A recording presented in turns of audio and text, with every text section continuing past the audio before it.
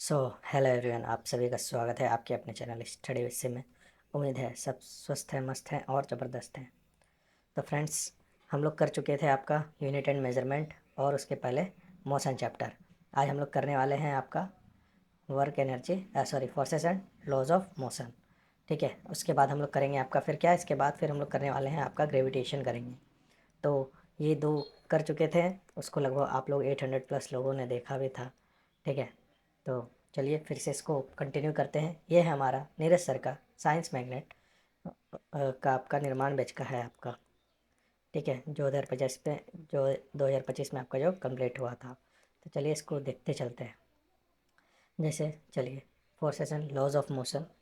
अब laws of motion जो दिया था, किसने दिया था? तो वो सबसे पहले हमारे जो है आइजैक न्यूटन सर ने दिया था। और कब दिया था? तो 1687 में उन्होंने अपना जो किताब है philosophy of naturalis Principia Mathematica नामक पुस्तक में देख सकते हैं। Philosophy naturalis Principia of Mathematica, ठीक है, नामक पुस्तक में अपने गति के उन्होंने 3 नियम को प्रतिपादित करा था या प्रकाशित करा था, जो भी बोल सकते हैं। इन 1687 वही चीज़ है। ठीक है, अब न्यूटन का आपका फर्स्ट लॉ ऑफ मोशन क्या बोलता है? एक ऑब्जेक्ट वो तब तक रेस्ट में रहेगा जब तक उस पर आप एक बाहरी बल ना लगाए। जैसे ये बॉल है, ये यहाँ पर तभी तक रहेगा जब तक आप उसको किक नहीं करिएगा, वो आगे थोड़ी बढ़ेगा। मीन्स जब कोई वस्तु तब तक स्थिर अवस्था में या एक सीधी रेखा में एक समान गति में रहेगी जब तक आप उस पर कोई बाहरी बल ना लगाया जाए। ठीक है, इसे न्यूटन का फर्स्ट लॉ ऑफ मोशन बोलते हैं। इसे इनर्शिया बोलेंगे। आपका इनर्शिया इसी को बोलते हैं। इनर्शिया 3 टाइप का होता है। चलिए देखते हैं इनर्शिया क्या है। इनर्शिया किसी वस्तु का वह गुण है जो उस अवस्था में किसी भी प्रकार के परिवर्तन का विरोध करता है, वो जड़त्व कहलाता है। Means the property of an object which opposes any change in its state is called inertia. Inertia is related to mass of the object. जड़त्व की अवधारणा जो है सबसे पहले गैलीलियो ने प्रस्तुत करा था। ठीक है, न्यूटन की गति का प्रथम नियम क्या कहता है कि जड़त्व का नियम या गैलीलियो का नियम भी यह कहलाता है। मीन्स न्यूटन के नियम को हम लोग गैलीलियो का भी नियम कहते हैं और इसे लॉ ऑफ इनर्शिया भी बोला जाता है। इनर्शिया जो है आपका गैलीलियो ने ही आपका दिया था। फर्स्ट सबसे पहले इंट्रोड्यूस जो करा था गैलीलियो ने ही करा था। अब इनर्शिया टोटल कितने प्रकार के होते हैं? तो इनर्शिया जो है आपका 3 प्रकार का होता है। तो एक हो गया पहला इनर्शिया ऑफ रेस्ट, दूसरा हो गया आपका इनर्शिया ऑफ मोशन, तीसरा हो गया inertia of direction. Inertia of rest means तब तक वो वस्तु विराम अवस्था में रहेगी जब तक आप उसमें कोई बाहरी बल ना लगाएं। ठीक है, इनर्शिया ऑफ मोशन क्या है? मान लीजिए आप ऐसे ऐसे ऐसे जा रहे हैं, जा रहे हैं, जा रहे हैं, जा रहे हैं, जा रहे हैं, आप अपना कंटिन्यूस जा रहे हैं, जा रहे हैं, जा रहे हैं। जब तक आप पे कोई बाहरी बल नहीं लगाएगा तब तक आप रुकेंगे नहीं। Means tendency of an moving object to continue moving at the same speed and direction. आपको इसी स्पीड में मान लीजिए कुछ गति कर रहा है, कर रहा है, कर रहा है। अगर हमको इसको रोकना है तो इधर से हमको नेगेटिव फोर्स लगाना होगा तब ना रुकेगा। वही चीज़ है इनर्शिया ऑफ मोशन। फिर आपका इनर्शिया ऑफ डायरेक्शन क्या है? दिशा का जड़त्व, tendency of an object to resist change in its direction of motion. मतलब किसी वस्तु की गति की दिशा में परिवर्तन का विरोध करने की प्रवृत्ति को हम लोग इनर्शिया ऑफ डायरेक्शन बोलते हैं। चलिए एग्जाम्पल से समझते हैं। जैसे रेस्ट का एग्जाम्पल, मतलब पेड़ के हिलने पर फलों का गिरना। ठीक है, वो तो रेस्ट में था, लेकिन जब पेड़ हिला तो आपका फल नीचे गिरने लगा। जैसे घोड़ा दौड़ने पर सवार का पीछे गिरना। मीन्स जब बस चलता है हम लोग पीछे हो जाते हैं, फॉल बैक हो जाते हैं। क्यों? क्योंकि हम लोग गति पे रहते हैं। अचानक जब रुकते हैं तो इनर्शिया आपका लग जाता है। इसे हम लोग इनर्शिया ऑफ रेस्ट बोलते हैं। जैसे रोलर कोस्टर की राइड स्टार्ट करें, अचानक सबसे पहले हम लोग पीछे होते हैं क्योंकि हम लोग उस समय रेस्ट पे रहने खोजते हैं, स्टेट ऑफ मोशन में तो रहते नहीं हैं। अब इनर्शिया ऑफ मोशन, जैसे किसी बस के अचानक रुका। ठीक है, बस मान लीजिए आप चल रहे हैं, चल रहे हैं, आप इनर्शिया ऑफ मोशन में, मोशन में है, चल रहे हैं, चल रहे हैं। इमेजिन करिए, इमेजिन करिए, हाँ, चल रहे हैं, चल रहे हैं और बस अचानक रुका तो आप आगे की ओर झुक जाते हैं। क्या होते हैं? आगे की ओर झुक जाते हैं। तो ये क्या है? इनर्शिया ऑफ मोशन है आपका। फिर बिना सीट बेल्ट का ड्राइविंग के टक्कर पर चालक का उछलना। मतलब सीट बेल्ट ड्राइवर लगाएगा नहीं और टक्कर होगा तो चालक तो उछलेगा ही, आगे की ओर जाएगा ही। ठीक है, झटका देके। फिर आगे rider fall forward when horse stop running. Means जब दौड़ता हुआ घोड़ा अचानक से रुक जाता है तो सवार आगे की ओर गिर सकता है। मतलब गिरने जैसा प्रवृत्ति तो हो ही जाता है, गिर भी सकता है कई बार। चलिए example of inertia of direction है क्या? जैसे आप ऐसे जा रहे हैं, ऐसे जा रहे हैं, ऐसे जा रहे हैं, ऐसे जा रहे हैं। ठीक है, आप जब ऐसे टर्न ले रहे हैं तो आपको लग रहा है कि कार जो है आपको दायां साइड में आपको धकेल रहा है, जो आप राइट साइड टर्न ले रहे हैं। ठीक है, लग रहा है जैसे आपको धकेल रहा है। फिर आप इधर जा रहे हैं, फिर आप जब लेफ्ट की ओर जा रहे हैं तो फोर्स जो है कार जो है बल इस दिशा में लगा रहा है और आपका इनर्शिया जो है इस दिशा में लग रहा है। Means the tendency of an object stay at rest and in motion object in stage is called, तो इनर्शिया के नाम से हम लोग जानते हैं. If we move the tree branch fast when some of the leaf get detached from the tree due to of its inertia. ठीक है. What is the other name of first nation law of law of inertia, जिसे Galileo ने खोजा था. अगला सवाल. The tendency of an object at rest stage eight rest and an object in motion stage in motion is called, हम लोग उसे inertia के नाम से जानते हैं. अगला. Among which of the following is the maximum value of inertia, जैसे सबसे ज़्यादा किस में होगा, तो रबड़ बॉल तो छोटा होता है, स्कूटर और बस का तुलना इससे बड़ा हो गया, 10 रुपीज़ कोइन इससे भी छोटा हो गया, तो सबसे ज़्यादा आपका किस में होगा, ऑप्शन नंबर डी में, ट्रेन एंड एरोप्लेन. जिसका मास ज़्यादा उसका इनर्शिया ज़्यादा. अगला सवाल. If an object moves at a constant speed when no force acting on it, मतलब उस पर डैश कोई कार्य नहीं करने से वस्तु का नियत चाल चलता है, मतलब जब तक उस पर कोई बाहरी बल नहीं लगा जाए तब तक वो अपना नियत चाल से चलती रहेगी. चलिए हमारा दूसरा. The natural tendency of an object to resist change in the shape in the state of rest और motion of uniform motion is called, उसे हम लोग इनर्शिया के नाम से जानते हैं. ये हमारा आरआरबी टेक ग्रेड थर्ड 2024 में पूछा गया है, तो इस बार काफ़ी ज़्यादा चांसेस है ये सब पेपर रिपीट होंगे, क्योंकि जेई का क्वेश्चन रिपीट हुआ है, टेक्नीशियन का क्वेश्चन रिपीट हुआ है, एएलपी का क्वेश्चन रिपीट हुआ है. आप बोलिए कहाँ, तो हम बोलेंगे आपका यहाँ. जो भी एग्ज़ाम इसका चल रहा है, जो भी चलने वाली है आपका 10 फरवरी तक, तो आपको एकदम प्रीवियस ईयर पेपर लगाना ही लगाना है, जो भी सीरियस एस्पायरेंट है, और जो नहीं है तो खैर उनका कोई लेना देना है भी नहीं. ठीक है. The natural tendency of object to rest change in the state of rest और of uniform motion is called inertia. चलिए इसी के साथ हम लोग आगे बढ़ते हैं. First law of motion is known as law of inertia. एक ही तरह का सवाल देखिए, घुरा घुरा के पूछ रहा है. ठीक है. Select the correct pair form of option. Object raise to change it state of motion, इसे हम लोग क्या बोलेंगे, तो इनर्शिया बोलेंगे. ग्रेविटेशन थोड़ी होता है. मोमेंटम बराबर क्या होता है, एम इंटू भी होता है. ए बराबर क्या होता है, फाइनल माइनस इनिशियल वेलोसिटी बटे टाइम होता है. खैर वो सब हम लोग आगे देखेंगे. When we are travelling in a bus we tend to move forward when the bus stop. ये क्या है, तो इनर्शिया ऑफ अवर बॉडी. ये हमारा शरीर का जो जड़त्व है वो उस समय जो है मोशन में था, जब अचानक रुके तो आगे की ओर हो गए हम. ठीक है. आगे चलते हैं. विच the following option is correct in relation between mass and inertia. तो मास और इनर्शिया, मतलब जिसका मास ज़्यादा उसका जड़त्व तो ज़्यादा, तो इनर्शिया जो है आपका क्या हो गया, समानुपाती है किससे, मास से. तो निष्कर्ष क्या है, low pressure high pressure inertia. अच्छा यहाँ टिक किया हुआ. जड़त्व जो है आपका द्रव्यमान के समानुपाती होता है, इंग्लिश में आपका ये गलत है. Inertia is dependent on mass, ये हो जाएगा आपका correct. Dependent, inertia is dependent to mass or of मास. अब मोमेंटम. मोमेंटम क्या है, सबसे पहले मोमेंटम जो है आपका वो एक सदिश राशि है, मीन्स उसका मैग्नीट्यूड भी है, डायरेक्शन भी है. ठीक है. किसी पिंड का संवेग को उसके द्रव्यमान m और उसके वेग v के गुणनफल के रूप में परिभाषित किया जाता है. The momentum of a body is defined as the product of its mass and its velocity. ठीक है. p बराबर मोमेंटम होता है, जिसे हिंदी में हम लोग संवेग बोलते हैं, और m बराबर m means mass M v for velocity. ठीक है. अब इसका एसआई मात्रक क्या होता है, मोमेंटम में क्या हो गया, मास हो गया, वेलोसिटी हो गया. मास को किस में डिनोट करते हैं हम लोग, केजी. द्रव्यमान को मास को इसी में करते हैं. ठीक. और वेलोसिटी क्या होता है, डिस्प्लेसमेंट अपन टाइम. डिस्प्लेसमेंट या फिर डिस्टेंस बोल दो, स्पीड किस में मीटर करते हैं, मीटर में करते हैं. ठीक है.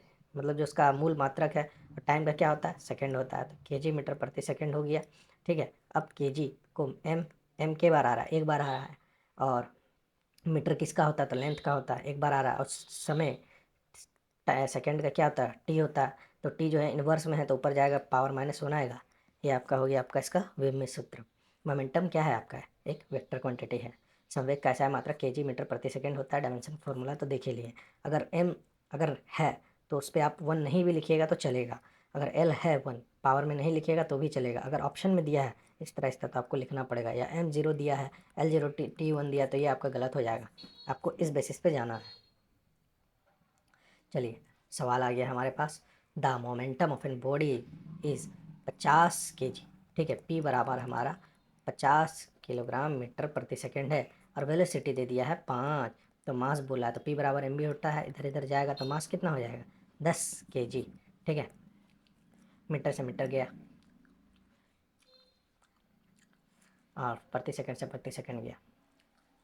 अगला सवाल, what is the sign of momentum तो केजी मीटर प्रति सेकेंड। मैंने सुन टेक्नीशियन में देखिए पूछा है, मीन्स ये क्वेश्चन आपका पूछेगा ही पूछेगा, रिपीट तो होगा भाई, चाहे इधर से पूछे, कान इधर से पकड़ो चाहे उधर से पकड़ो, प्रीवियस ईयर ही क्वेश्चन आएगा रेलवे में।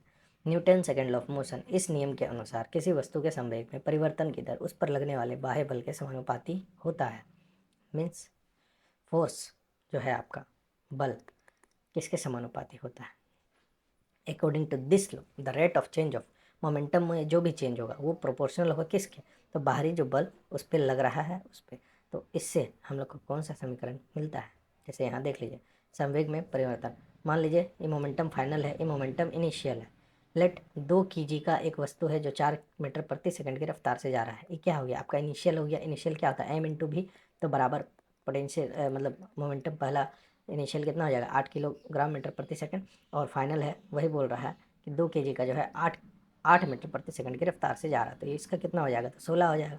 तो मीन संवेग में परिवर्तन की दर, ठीक है, और ये कब हुआ, जब बाहरी एक्सटर्नल फोर्स आया तो हुआ। तो कितने का चेंज हुआ बटे कितने पे, तो 8 से कितना हो गया 16 हो गया, ठीक है। तो कितना हुआ 8 किलोग्राम मीटर प्रति सेकंड का चेंज हुआ, और कितना सेकेंड में हुआ, मतलब ये 4 था, ये आपका 8 मीटर प्रति सेकंड की रफ्तार से था, तो इसका जो चेंज है नेट चेंज कितना है एक्सेलरेशन का, तो आप बोलिएगा 4 है, तो 8 kg मीटर प्रति सेकंड बटे 4 मीन्स आपका 2 किलोग्राम मीटर प्रति सेकंड स्क्वायर का चेंज आ गया। तो ये क्या दर्शाता है, तो ये आपका फोर्स दर्शाता है, ये होता है मोमेंटम अपॉन टाइम, ठीक है। आगे चलते हैं बल F समानुपाती होता है P इंटू टी, ठीक है, P into delta T, P upon delta T, ठीक है। और फोर्स बराबर जहाँ के एक आपका आर्बिट्री एक कांस्टेंट है, ठीक है। फोर्स बराबर चेंज इन मोमेंटम बटे टेकिंग टाइम, तो एफ से हम लोग को क्या निकाला, एफ हमारा निकला मास इनटू एक्सेलरेशन, ठीक है।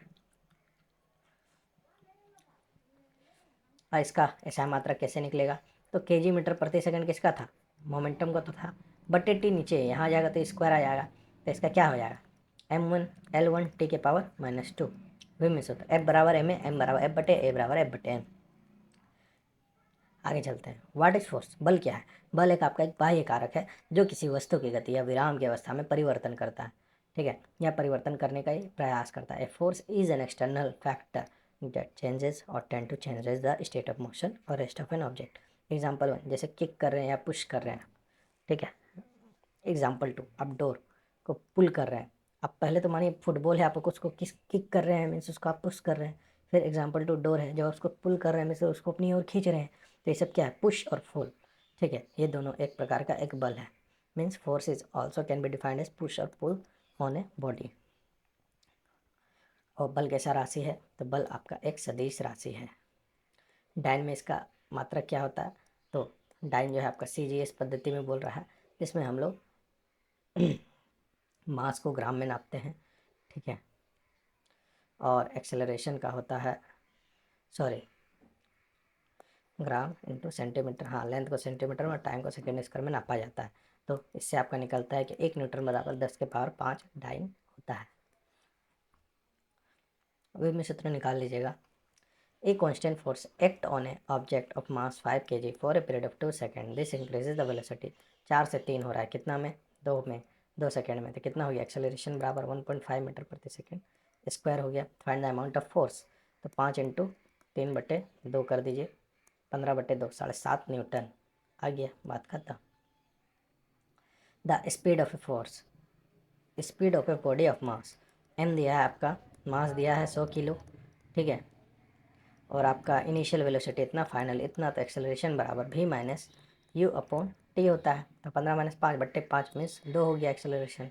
और हमको क्या बोल रहा है, पिंड पर आरोपित बल F बराबर बोला है, तो 200 न्यूटन, 200 न्यूटन, केजी नहीं मारना है, क्योंकि फोर्स का आपका ऐसा मात्रक आप जान ही रहे हैं कि न्यूटन होता है, ठीक है। मास का आपका केजी होता है, not force.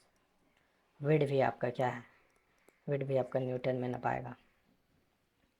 A car is moving with at a speed of इतना इट टेक 4 सेकेंड। ये क्वेश्चन देखना ज़रूरी है, मेरे हिसाब से आप बना ही लीजिएगा, ठीक है, हमसे भी बन जाएगा, लेकिन हम सोच रहे हैं क्यों जाए 2018 में, 2024 में ही रहते हैं, इतना पूछ नहीं रहा है। According to the second law of motion the rate of change of momentum is proportional to its force हो जाएगा। ठीक है। The amount of force needed to accelerate of 10 kg into 2.5 कर दिए m इंटू ए 25 न्यूटन, बात खत्म। अब technician grade third में देखिए आपका क्या पूछा है, find the magnitude of applied force on a box of mass m बराबर 10 kg फॉर 20 सेकेंड। 20 सेकेंड के लिए क्या जाता है, 20 सेकेंड में वो 5 से आपका 15 हो जा रहा है तो 10 हो जाएगा, और 15 माइनस 5 10/2 हो जाएगा, 10/20 मतलब 1/2 मतलब 5 न्यूटन होगा आपका। इसका राइट आंसर कहाँ है, ऑप्शन नंबर ए। सवाल सब बन जाएगा, फिर भी चलिए सॉल्व कराते चलते हैं। m बराबर 5 kg है आपका, ठीक है। एक्सेलरेशन जो है इसका 10 मीटर प्रति सेकंड है। F1 क्या पा सकता है, F1 का आपका ये है तो F1 बराबर कितना हो गया 50 हो गया, और F2 बराबर कितना दिया है 10 इंटू 12 मीन्स 120। तो पूछ रहा है कि कौन सा कथन सत्य है, तो F2 is greater than F1, बात खत्म। हाँ, फोर्स है आपका 2 न्यूटन, मास है m1, acceleration 8 metre and mass m2, ठीक है, and mass m2 and an acceleration of 15 बराबर F2। तो इसका तो ये आ गया 4 आपका, ठीक है। इसका तो मास आ गया 1/4 आपका, और m2 बराबर 1/15 मीन्स 1/4 प्लस 1/15 बोला है, तो दोनों मास को बोल रहा है कैलकुलेट करने के लिए एलसीएम लेंगे तो 15 15 नहीं 10 5 15 और 4 19/23। कहाँ गलती की है, रुके कहीं गलती हुआ है,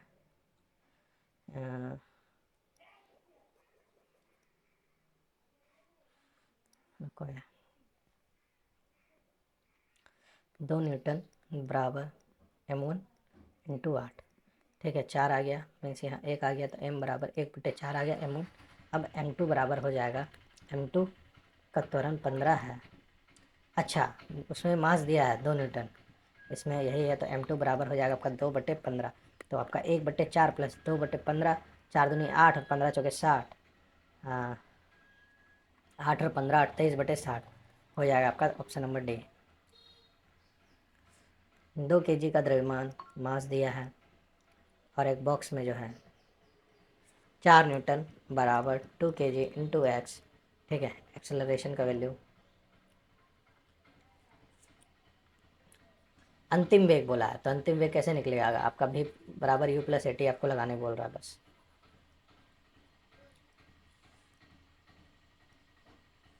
रुकिए हम बताएगा, निकाल ही लीजिएगा, लेकिन चलिए बता देते हैं। एक क्वेश्चन एक एक टाइप का कराते चलते हैं।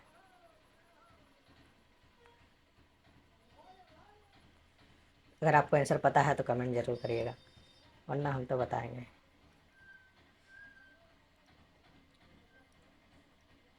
ठीक है, देखिए मास क्या दिया है आपका 2 kg का है, ठीक है। फोर्स बराबर आपका 4 न्यूटन दिया है।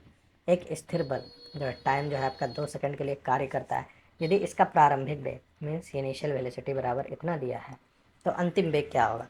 तो न्यूटन का जो गति का प्रथम नियम है उसमें बोलता है v बराबर u प्लस ए टी, तो v हमको निकालना है, u है 2, एक्सेलरेशन का वैल्यू कितना दिया है, तो चलिए निकालते हैं। फोर्स बराबर m में होता है, 2 इंटू ए हो जाएगा, तो ए का वैल्यू कितना आ गया 2 आ गया, और टाइम कितना है 2 है, तो बी बराबर कितना हो जाएगा 2 + 4 बराबर 6 मीटर प्रति सेकंड स्क्वायर आएगा, मतलब आ गया मीटर प्रति सेकंड। तो आपका क्या हो जाएगा ऑप्शन नंबर ए। अब अगला सवाल सेम उसी टाइप का सवाल है, आप बना सकते हैं।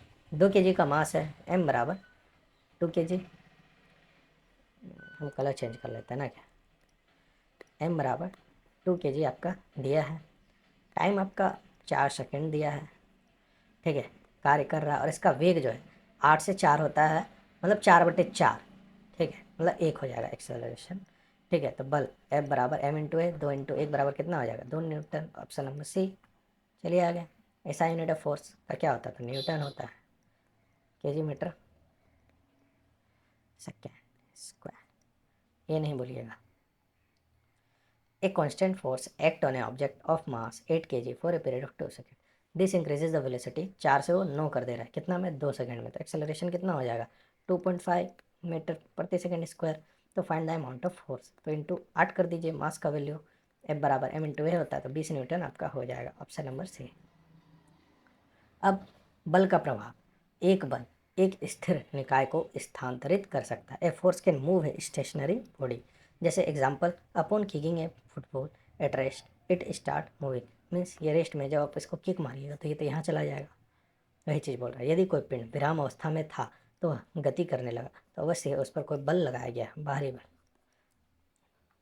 आगे, बल एक गतिमान पिंड है को रोक सकता है। मतलब फोर्स जो है can stop A moving body. जैसे साइकिल चला के आ रहा है, हम आगे जाएंगे, हम चाहेंगे पैर से रोक देंगे, रुक जाएगा, ठीक है। या जैसे ये ब्रेक मारेगा तो रुक जाएगा, ठीक है। Brake of a cycle stopped by applying force on the wheels of cycle. अब इफेक्ट ऑफ फोर्सेस का दूसरा नियम देखते हैं। बल किसी भी गतिमान पिंड की चाल को बदल सकता है, एक्सेलरेट कर सकता है, ठीक है, उसको कम भी कर सकता है, उसको बढ़ा भी सकता है। जैसे घर्षण बल के कारण रोलिंग गति आपका कम हो जाता है। मान लीजिए आप फ्रिक्शन कर रहे हैं, बहुत खड़खड़ा ज़मीन है, उसमें आपको मूव करना है तो आप वो वहाँ नहीं कर पाएगा। वही अगर स्मूथ प्लेस रहेगा वहाँ आप जल्दी कर लीजिए। तो जहाँ पे ज़्यादा फ्रिक्शन वहाँ पे घर्षण, जहाँ पे ज़्यादा वहाँ पे मतलब उसको रोलिंग का जो स्पीड है उसका उतना ही उसका कम हो जाएगा। अब बल गतिमान पिंड की दिशा बदल सकता है। मान लीजिए आप बॉल इधर से मारे, ठीक है, आया ए धोनी दिया, इधर छक्का मार दिया, ठीक है। तब ये तो इस डायरेक्शन में आ रहा था, बट अब उड़ा दिए किसको, इधर इस डायरेक्शन में, तो एक फोर्स ही लगा ना। जैसे रोनाल्डो को आइए समझिए, माथा पे यहाँ पे बॉल आ रहा था ऐसे, ये इसको मार के इधर कर दिया, इधर इसको मार के इधर कर दिया, क्या क्या कहीं ना कहीं इसका डायरेक्शन ये चेंज किया। जैसे kicking in football in opposite direction, batsman changes the direction of a moving ball by hitting. और एग्जांपल देखते हैं, जैसे रबर बैट, ठीक है। A force can change the shape and size of a moving body. आप तो इसका shape को भी चेंज कर दिए हैं, ठीक है, आकार भी कहीं ना कहीं चेंज ही हो गया है, शेप भी लंबा हो गया। जैसे शेप आप इसका देख सकते हैं, मान लीजिए बैलून तो छोटा था, एकदम पित्ता जैसा था, बउआ जैसा, एकदम छोटा बच्चा जैसा, तो इसको करके आप एयर दिए, ठीक है, तो क्या होगा, फूल के वो कैसा हो गया, बॉल एकदम गुब्बारा की तरह हो गया बड़ा, ठीक है। चलिए, तो हमारा लगता है दूसरा क्वेश्चन का और है क्या। हाँ, और है अभी। चलिए देखते हैं टाइप्स ऑफ फोर्सेस। बल कितने प्रकार के होते हैं, तो forces are of two types. एक होता है आपका बैलेंस फोर्स, ठीक है, एक होता है आपका अनबैलेंस फोर्स। मीन्स देखिए यहाँ एग्जांपल से देखिए, ये जो है हाथी, ये मानिए ये 60 kg का है, ये जो हाथी है ये भी 60 kg का है।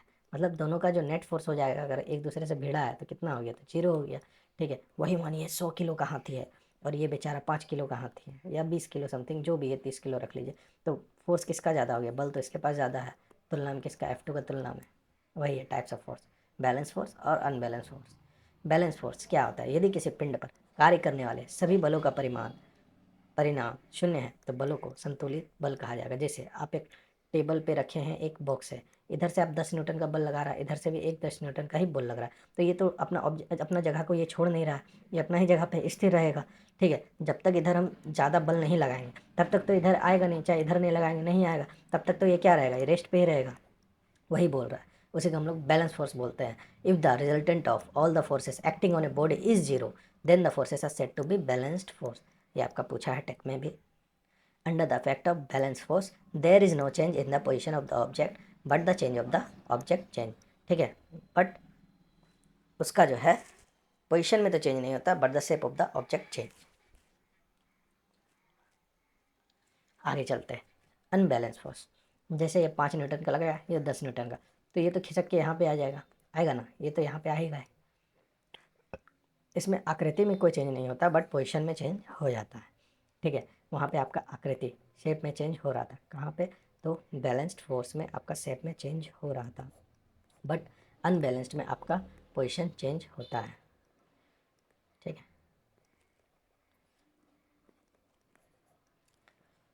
If the resultant of all the force acting on a body is not zero, then the forces are said to be unbalanced force.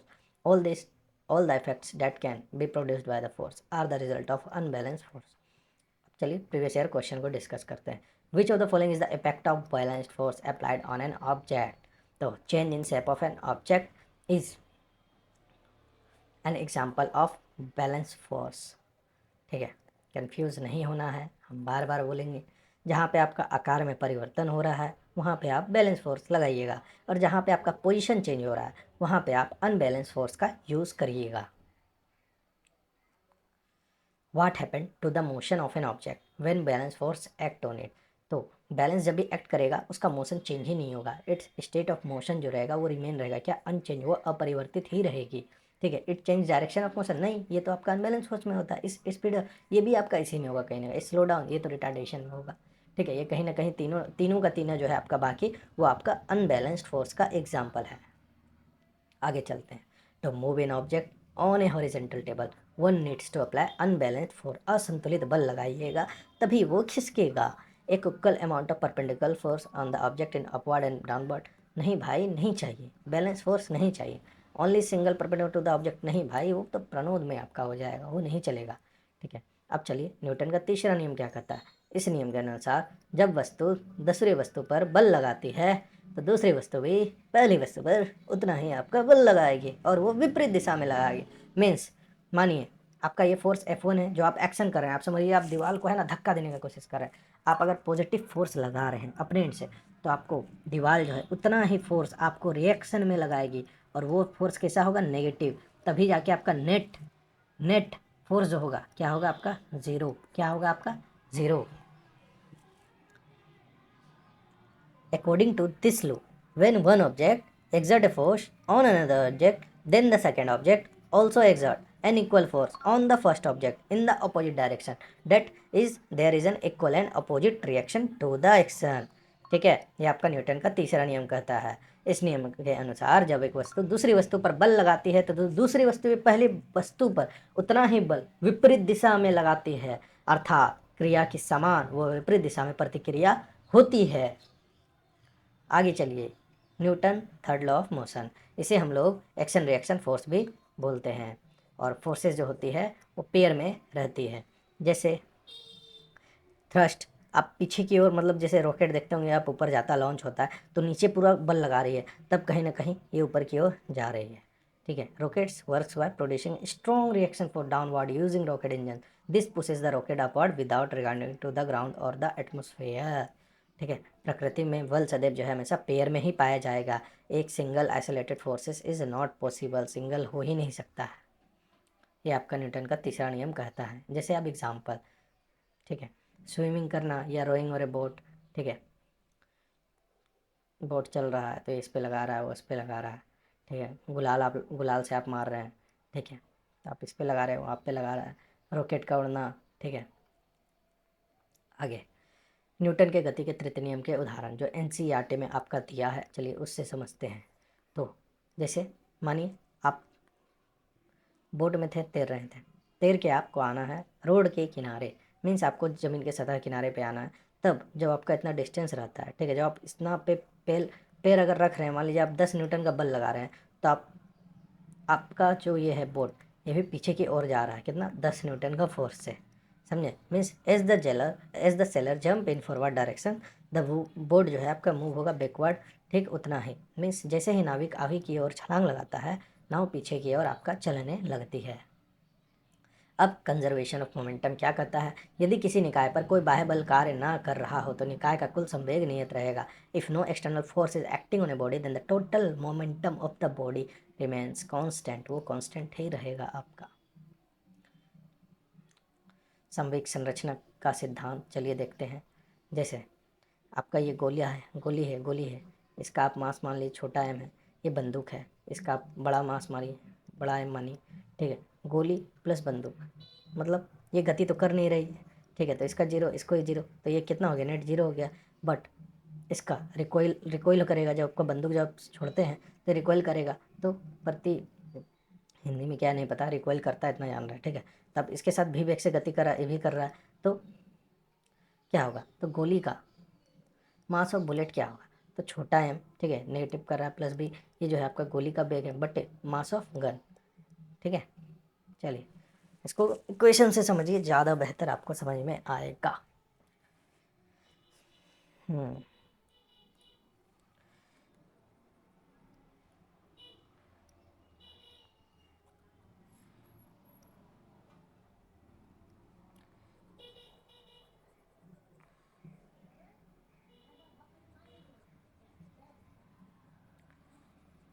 छोड़िए, यहाँ लिखा हुआ अपना चीसा चीसी कितना करें। तो ये आपका गोली का हो गया।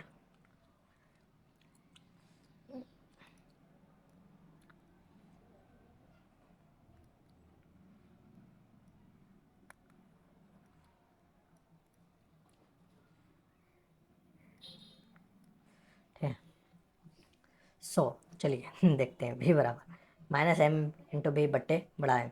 तो आपका 2 kg का आपका पिस्टल है, ठीक है, 2 kg का आपका पिस्टल है और स्मॉल एम का वैल्यू आपका 30 ग्राम दिया है इंटू भी,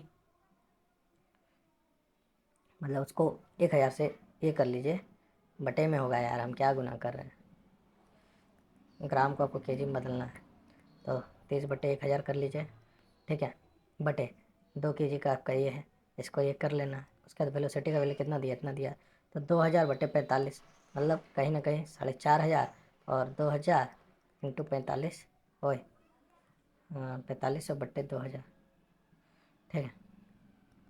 तो एक एक जीरो गया, एक एक जीरो गया, तो कितना हो गया, तो ये 2.25 मीटर प्रति सेकेंड, -1, तो ये माइनस में आ गई, ठीक है, इसलिए आपका ऑप्शन नंबर ए आपका राइट आंसर हो जाएगा, ठीक है। अब इसको देखिए, 20 ग्राम का गोली है, इसको केजी में कन्वर्ट करिएगा तो 20,000 हो गया, बटे इधर तो आपका 150 इंटू ही होगा, ठीक है, 3 kg बोला है पिस्तल में, तो 3000/20, एक एक जीरो हटा दीजिए, 1/50 इंटू 3, 1/150 इंटू 150 -1.0 मीटर प्रति सेकेंड, ठीक है। अब कंजर्वेशन ऑफ मोमेंटम का जो है थ्योरी देखते हैं। The law of conservation of momentum states that the sum of momentum of two bodies before and after the collision will always remain the same if there is no external unbalanced force acting upon the colliding bodies। Means हम लोग chemistry में क्या पढ़े, energy के neither be created nor be destroyed, means उसी आपको theory को समझना है। मान लीजिए UN आपका 5 था, U2 आपका 0 है, तो आपका जो अगर नेट अगर 0 हो रहा है तो बाद में भी आपका नेट 0 होगा, और ये 5 है, 10 है, 50 है, तो ये भी आपका 50 के ही बराबर होगा, वही बोल रहा है। टोटल मोमेंटम बिफोर कोलाइजन बराबर total momentum after collision, m1 into U1 plus m2 into U2 बराबर m1 नया velocity v1 m2 into v2, ये आपका दोनों बराबर रहता है। जैसे यहाँ टेक्नीशियन में आपका पूछा है, जब सेलर जंप करता है रोइंग बोट, तो बोट जो है पीछे की ओर जाता है, तो किसका एग्जाम्पल है, तो आपका न्यूटन का पहला नियम, सॉरी तीसरा नियम का। तो यहीं के साथ होता है हमारा forces and laws of motion का चैप्टर ख़त्म। अब हम लोग करने जाएंगे इसके बाद ग्रुप डी बोल रहे हैं, ग्रेविटेशन, ग्रेविटेशन को कवर अप करेंगे, ठीक है। इसके लिए 1 मिनट का ब्रेक चाहिए, पानी वगैरह पी लेते हैं, फिर इसको कवर अप करते हैं।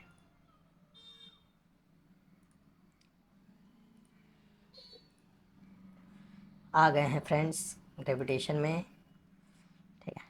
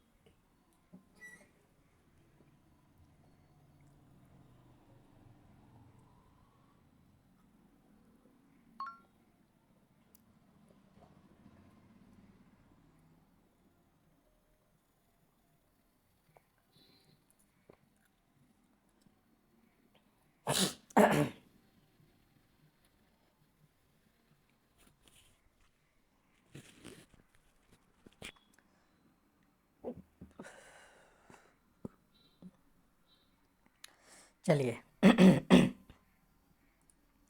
ग्रेविटेशन को शुरुआत करते हैं, और यह है हमारा chapter number 4 as per निरसर NCERT निर्माण बैच फिजिक्स का,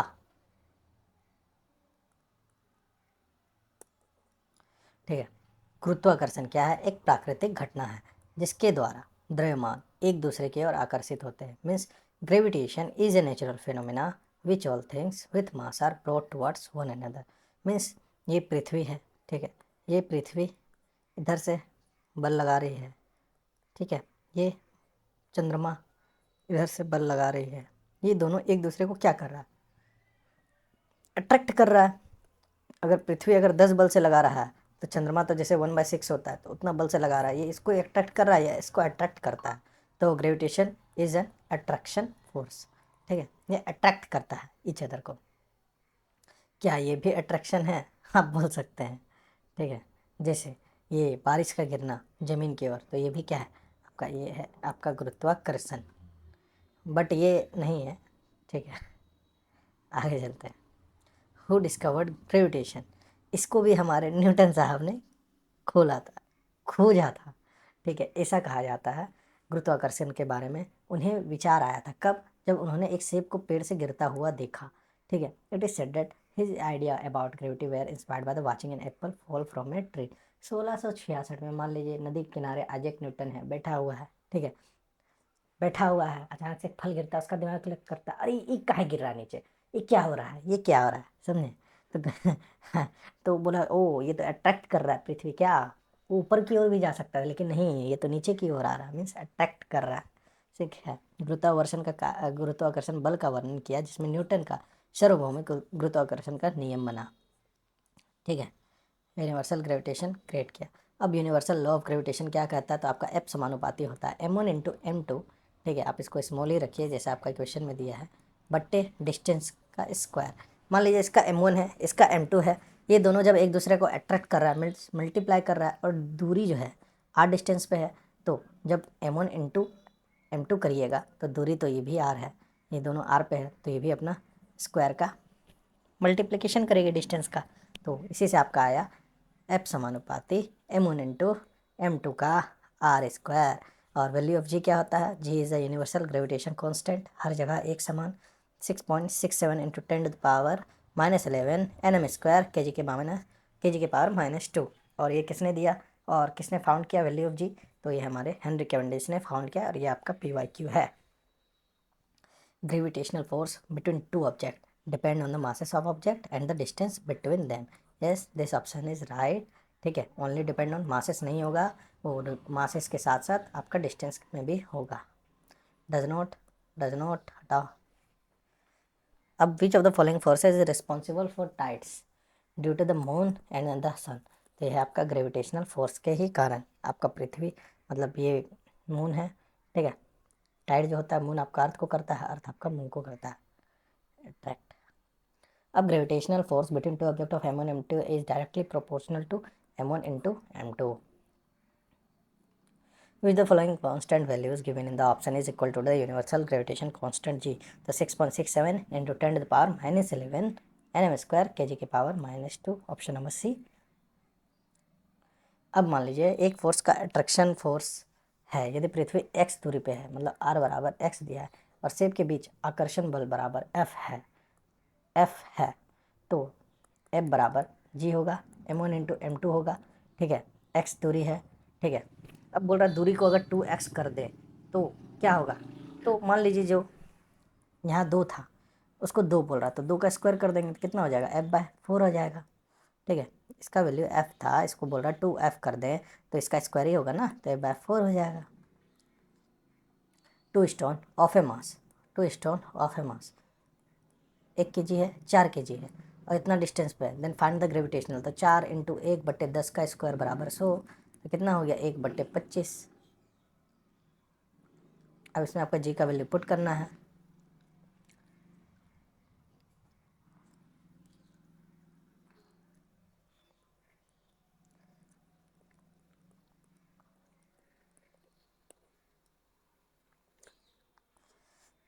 सड़सठ है, पॉइंट हटाइएगा, 25 से ज़्यादा आएगा, मतलब 25 का स्क्वायर होता है ना 625, तो ऑप्शन नंबर बी ही आपका राइट आंसर हो जाएगा, बात खत्म।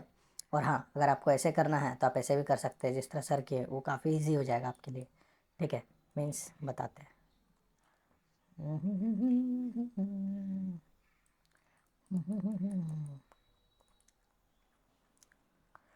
जी का वैल्यू क्या होता है, 6.67 इंटू 10⁻11 होता है।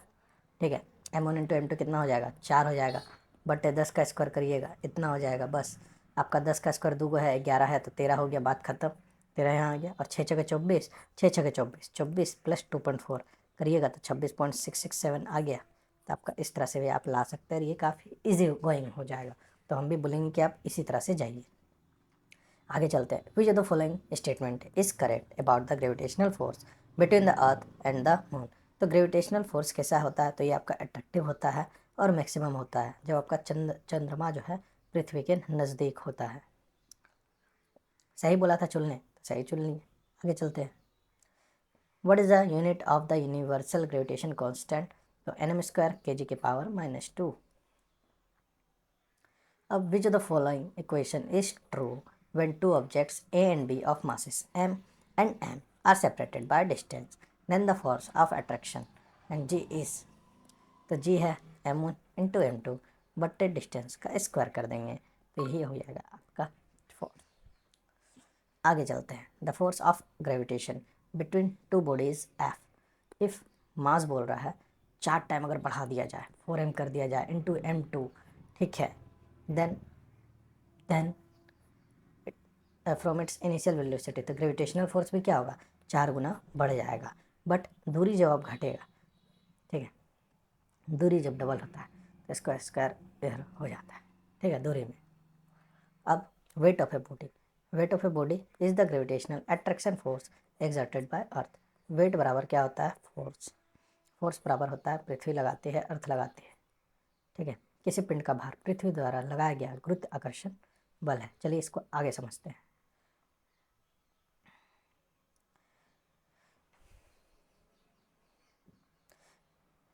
वेट फोर्स m इंटू जी से mm गया, तो स्मॉल जी का वैल्यू आ गया आपका क्या, बड़ा जी इंटू बड़ा m बटे आर स्क्वायर। m गया जी आया जी, तो यही जी बराबर हो जाएगा आपका जी m बटे आर स्क्वायर। चलिए इसको समझते हैं बढ़िया ढंग से। पृथ्वी का जो होता है 6 इंटू 10⁻24 5 पॉइंट समथिंग होता है, आपको इतना रखना है, ठीक है। आपका क्वेश्चन पूछा है मास ऑफ अर्थ 6.10⁻24 आप ले सकते हैं। Radius of earth 6 into 10⁻6 metre, और स्मॉल जी का जो वैल्यू आता है जो इसको काट कूट देते हैं आप, तो 9.8 मीटर प्रति सेकेंड स्क्वायर ही आएगा। और वेट जो निकलता है आपका मास इंटू ग्रेड स्मॉल जी हो जाता है। If the mass of football m का वैल्यू आपका दिया है 3 kg, तो वेट बोल रहा है कितना होगा, 3 इंटू 10 करिए -2.6 कर 2 इंटू 3 करिए तो 29.4 न्यूटन हो जाएगा, ठीक है। मतलब 3 इंटू सीधा सीधे 9.8 करने बोल रहा है। Option number B.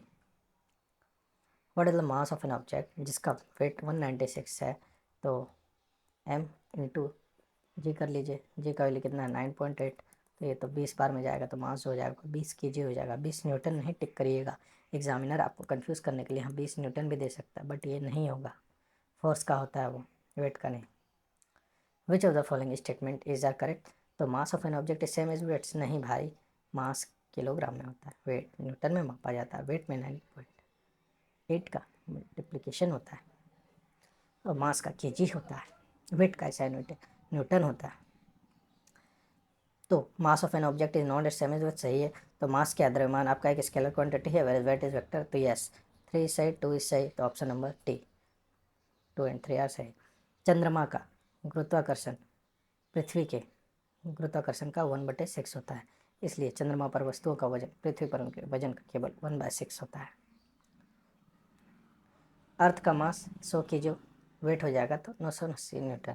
चंद्रमा का मास 80 किलो, तो वेट होता है 9.8 डिवाइड बाई 6 करिएगा, तो आपका 1.62 के अराउंड आएगा। यही इसको मल्टीप्लाई करके यहाँ 162.2 न्यूटन किया गया है।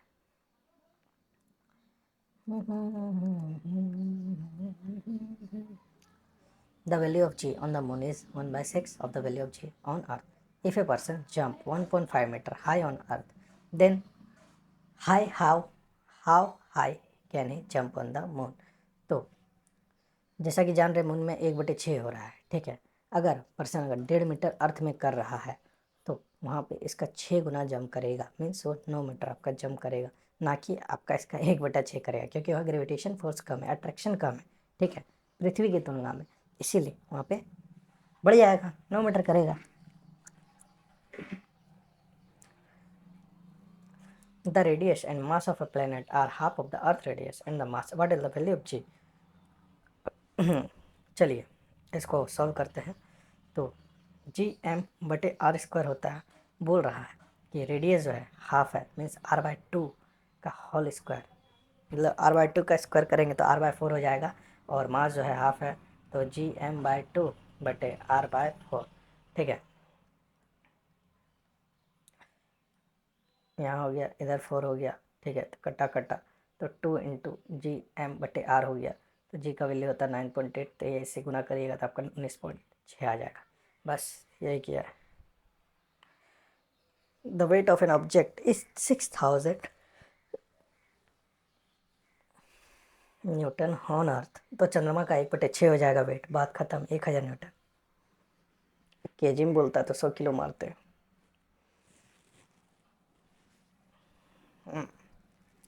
जी का मान पृथ्वी की सतह से ऊपर एवं गहराई दोनों ही जगह जाने पर घटेगा। ठीक है,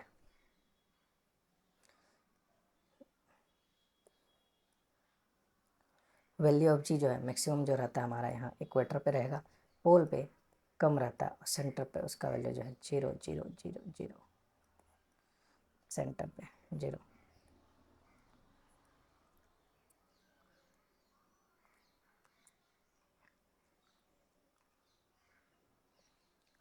देखिए, पृथ्वी की सतह से 2r ऊंचाई, तो पृथ्वी का त्रिज्या तो r अपने हो गया, इससे बोल रहा है 2r ऊंचाई मतलब 3r बोल रहा है।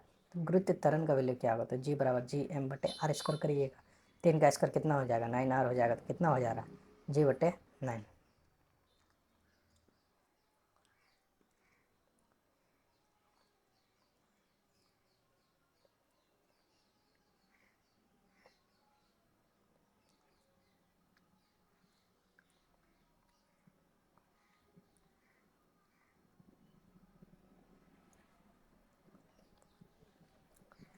What happens to the gravitational force between two objects when the masses of one of them is double? तो ग्रेविटेशनल फोर्स भी आपका डबल हो जाता है, बात खत्म। The gravitational force acting on body is known as weight. The law of gravitation by proponer Isaac Newton. The value of acceleration due to does not depend on. तो constant velocity of G मतलब G into M बटे R square करिएगा, जैसे यहाँ लिखा हुआ ही है।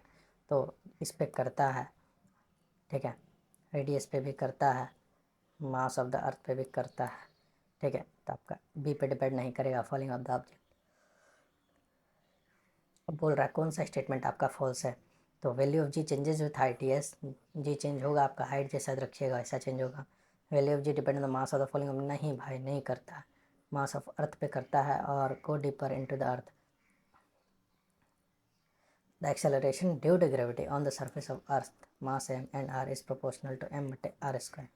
ठीक है, if the mass of a person is 60 kg on surface of earth and the mass of in moon, तो मास जो होता है सेम होता है। ठीक है, आपको इसको 1/6 नहीं करना था, इसका आंसर 60 किलो होगा, ना कि आपका 10 किलो। ठीक है, 60 किलो ही होगा आपका। वेट आपका चेंज होता है। मास अर्थ का 5.9 इंटू 10 to the power 24 है। रेडियस है 6.37 इंटू 10 to the power 6। इसको 6 इंटू 10 के पावर 24 में लिखा जाता है लमसम में, और इसे 6.4 इंटू 10 के पावर 6 में लिखा जाता है। मून का होता है 7.36 इंटू 10 के पावर 22। क्या, तो मास रेडियस होता है 1.74 इंटू 10 के पावर 6, सारा मीटर में है, और मास केजी में होता है। Consider an imaginary planet whose mass and radius both are half that over the election जी। ठीक है, जी बराबर m/2 बोल रहा है, और r का बोल रहा है क्या,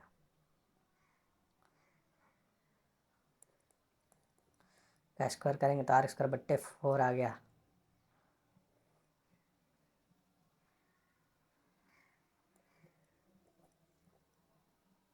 तो 2gm/r आ जाएगा, तो 2g हो जाएगा। When a body is moved from equator to the north side, weight remains। जब आपका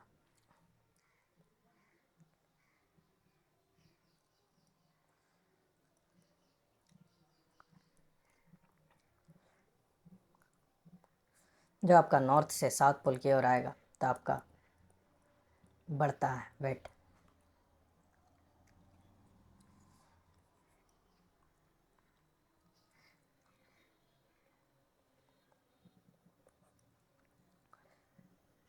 देखिए, यह है पृथ्वी का केंद्र, ऊपर की ओर जाएगा तो वेलोसिटी आपका बढ़ेगा, डिस्प्लेसमेंट भी आपका पॉजिटिव में लिया जाता है। एक्सेलरेशन जो है आपका इसमें नेगेटिव में लिया जाता है। इधर एस जो है नेगेटिव में लिया जाएगा, बी जो है ये भी आपका बी आपका नेगेटिव में लिया जाएगा।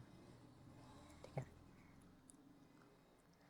Means if the velocity if the ball is thrown upward with initial velocity, you बोल रहा है 25 मीटर है, how much will time it to reach the highest point. ठीक है, तो यू तो ऊपर की ओर बोल रहा है, भी आपका 0 है, आपको निकालना है क्या, फाइनल वेलोसिटी बराबर u प्लस 80 हो जाएगा। तो v बराबर 0 है, u का वैल्यू 25 है, प्लस एक्सेलरेशन का वैल्यू क्या लेना है, -10 लेना है।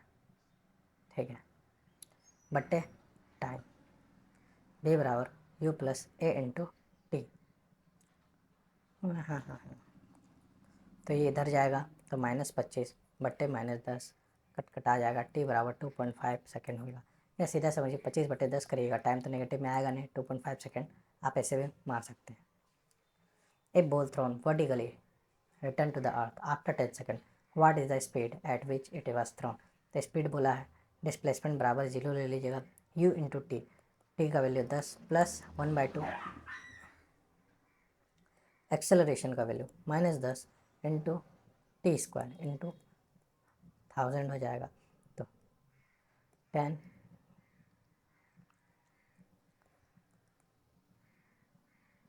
ut इस बराबर ut प्लस हाफ 80 स्क्वायर, 10 u बराबर 5000। तो u बराबर, कहाँ गलती हो गया है, ओह सॉरी सॉरी, 100 थोड़ी दिया, 10 दिया, तब ना 100, तब ना 50 आएगा। तो इनिशियल वेलोसिटी जो है आपका 50 मीटर प्रति सेकंड की रफ्तार से आएगा। अरे एक ही तरह का सवाल है, क्या बना है। Free fall is the motion of an object when no force other than the gravitational force act on it. Free fall is only possible in, कब है, तो वैक्यूम में पॉसिबल है। When will be body be set to free falling? When the only force of gravity act on it. What will happen during the free fall of a massive object under the influence of gravitational force on the earth? तो velocity जो है उसका बढ़ेगा।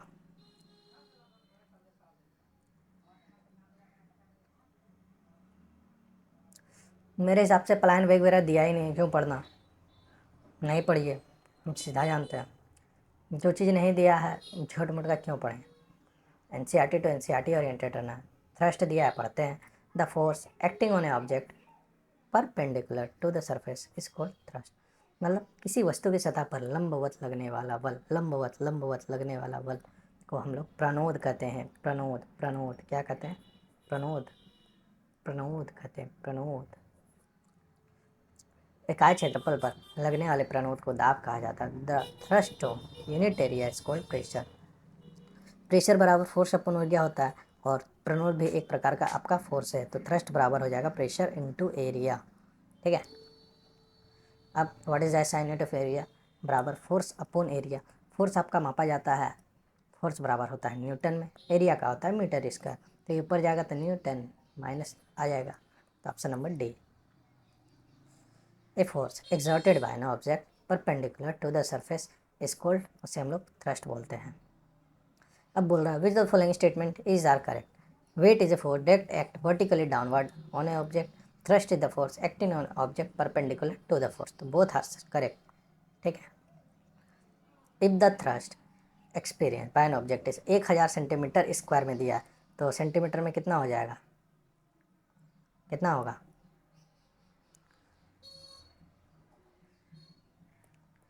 पहले तो metre में convert करेंगे, तो 10 मीटर इन 100 हो जाएगा। ठीक है, अब मीटर एक हो गया, और then the pressure exerted, pressure बराबर फोर्स अपॉन एरिया होता है।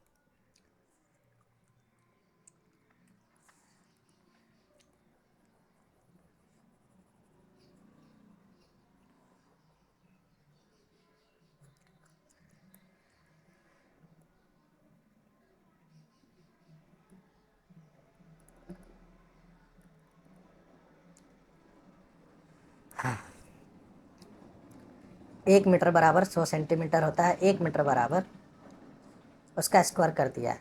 ठीक है, और एक सेंटी बराबर 10⁻² मीटर होता है। ठीक है, और सेंटीमीटर स्क्वायर बराबर 10⁻⁴ होता है। ठीक है, इंटू 1000 करिएगा, प्रेशर बराबर फोर्स है कितना 50 है, ठीक है,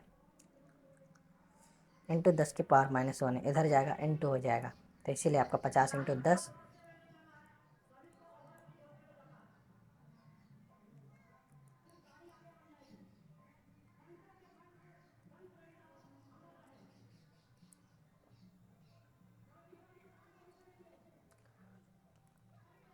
मेटल बॉक्स का मास आपका 1 किलो है। एज्यूमिंग डेट ग्रेविटी इज 10, तो फोर्स बराबर 10 न्यूटन आपका हो गया है। द थ्रस्ट बराबर थ्रस्ट मीन्स फोर्स ही बोला है, तो फोर्स बराबर आपका 10 न्यूटन हो जाएगा, ठीक है। एरिया तो एक है, तो 1 इंटू 1 का स्क्वायर करिएगा तो एक ही आएगा, बात खत्म। डेंसिटी बराबर क्या होता है, डेंसिटी आता है आपका मास पर यूनिट वॉल्यूम, ठीक है। ये हमें बताता है किसी दिए गए स्थान में कितना पदार्थ भरा हुआ और कितना रिक्त स्थान खाली है, जैसे इधर इधर खाली है, तो इसका डेंसिटी बता रहा है, ये इसका डेंसिटी बता रहा है। घनत्व जो है किसी पदार्थ के प्रति इकाई आयतन के द्रव्यमान का माप है।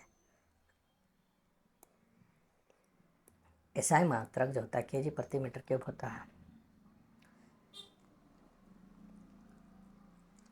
मास बोला है फाउंड करने, तो मास बराबर क्या होगा, डेंसिटी इंटू वॉल्यूम हो जाएगा, ठीक है। डेंसिटी दिया है आपका 19 gram into 5 centimetre into 3 into 0.5, और ये सेंटीमीटर में ध्यान रखिए 15 इंटू मतलब 7.5 सेंटीमीटर, इसको मीटर में करना होगा 19.7.5 इंटू 100 करना होगा, तो आपका ये 142.5 ग्राम आ जाएगा, बात ख़त्म। ओ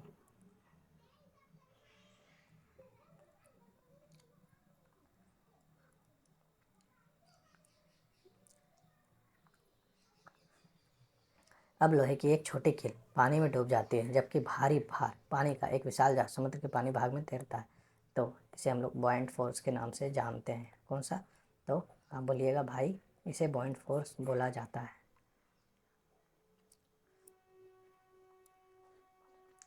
और एक किसने दिया था, यूरेका, यूरेका आर्किमिडीज ने दिया होगा, अगर आप पढ़े होंगे एनसीईआरटी तो। आई गॉट इट, समझे, नंगटे निकल गया था आपका, नंगी पुंगल नहा रहा था, अचानक इसका दिमाग क्लिक किया। Archimedes' principle state that a body immersed in a fluid experiences an upthrust equal to the weight of a fluid displaced, ठीक है। आर्किमिडीज के सिद्धांत बताता है कि एक तरल पदार्थ में डूबी हुई वस्तु विस्थापित द्रव के भार के बराबर एक उत्प्लावन बल का अनुभव करती है।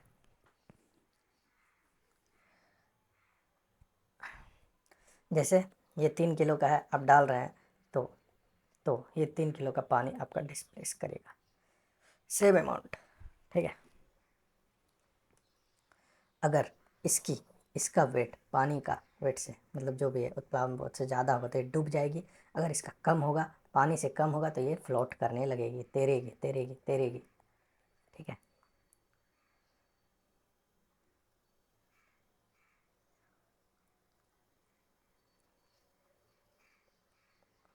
तो इसे हम लोग बॉयंट फोर्स के नाम से जानते हैं।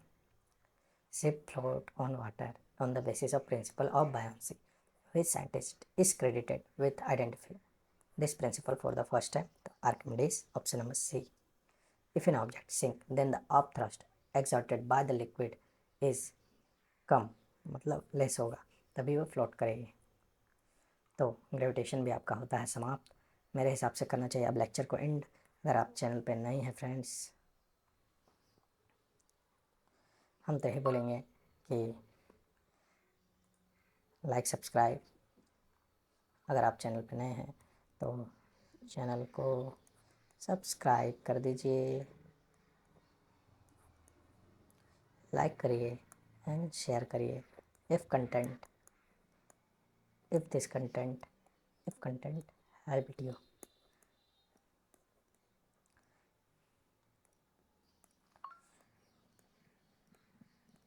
for revision in short term, तो हम मिलते हैं फिर फ्रेंड्स बहुत जल्द, ठीक है। अभी के लिए इतना ही, अब कल, टाटा बाय बाय।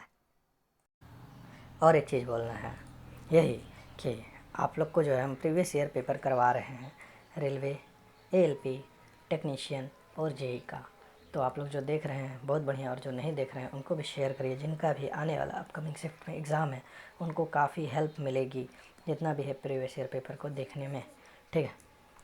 चलिए फ्रेंड्स, तो आप मिलेंगे कल। Bye bye.